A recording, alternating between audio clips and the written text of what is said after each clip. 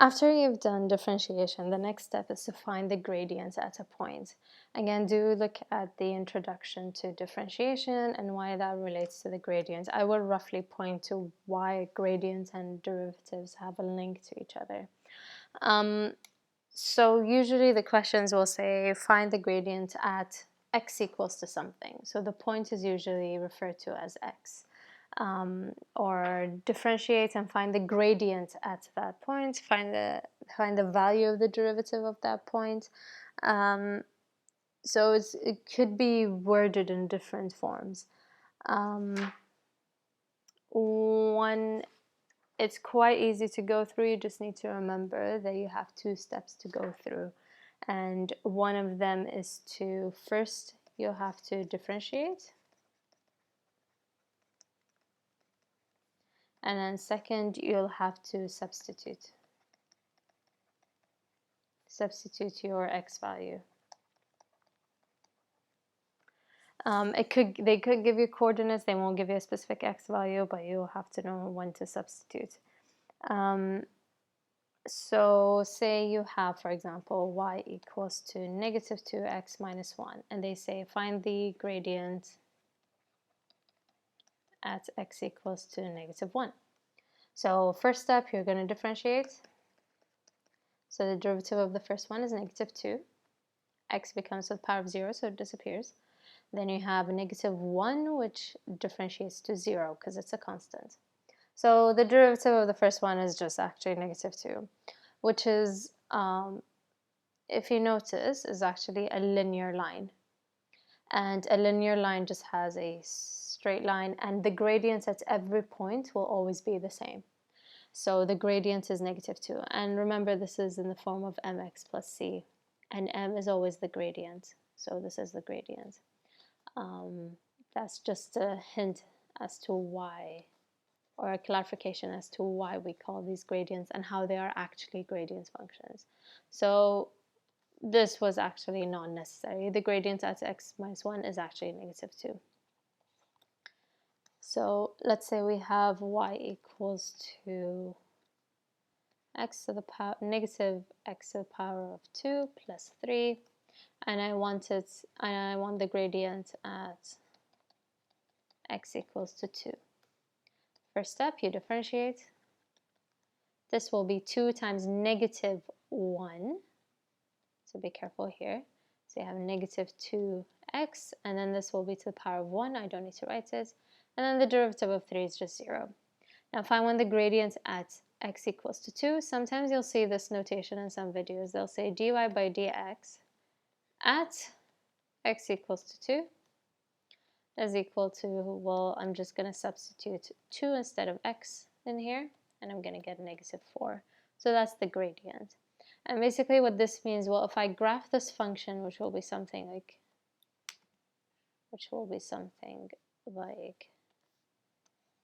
this, then if I go to the point positive 2, and if I draw a tangent here,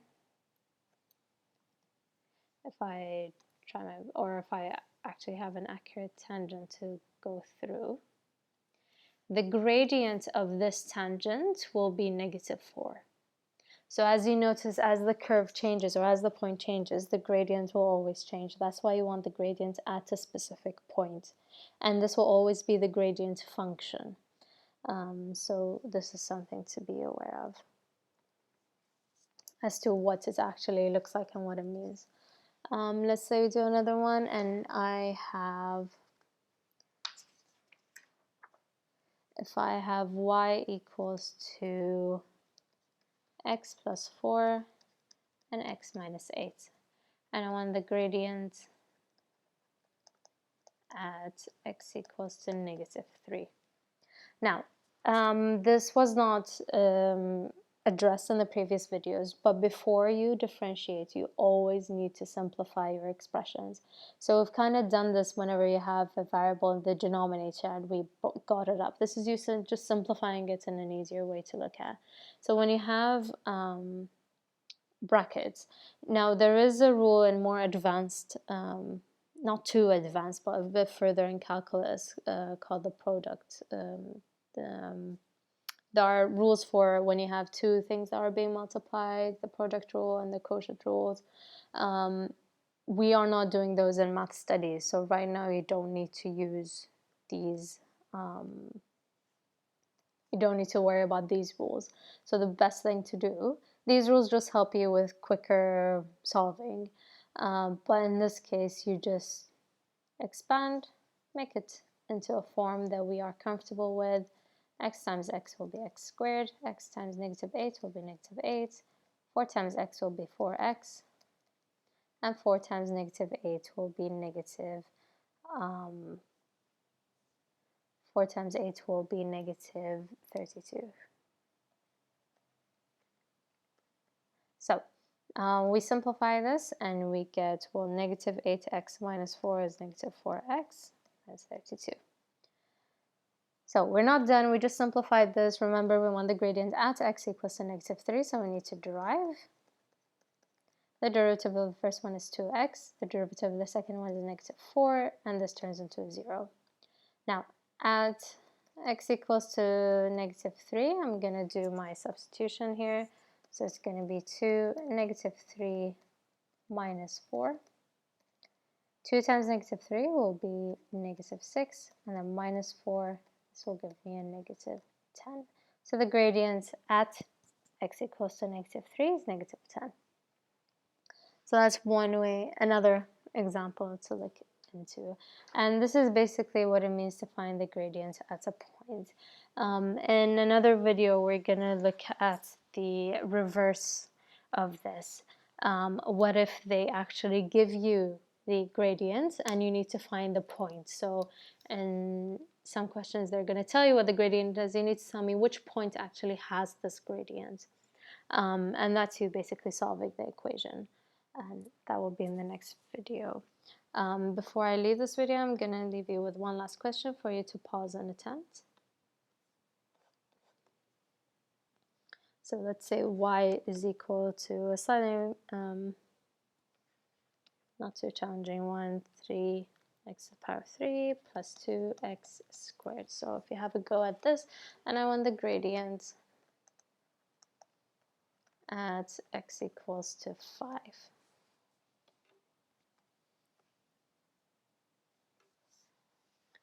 So if you answer this question, there's no simplification needed here. I'm just going to immediately start with the derivative. This will be 9x to the power of 2, and the second one will be 4x. If I want the gradient at 5, I'm going to substitute 5.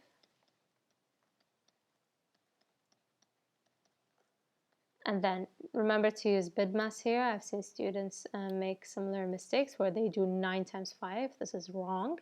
You need to find the power first. So 5 squared is 25. So this is the value of this one. And then 4 times 5. Well, I'm allowed to do 4 times 5 here because there's no power that I need to deal with. So that's just 20. And then I'm going to deal with, and then you have to deal with the 9 times 25 first. Again, you need to remember BIDMAS. So 9 times 25 will be 225. Plus 20 will be, so the derivative will be 245. So that's the gradient, not the derivative. That will be the gradient at x equals to 5. And that's it for the video. Do attempt more questions, especially those with, say, the variables in the denominator, so that you'd have more practice with those.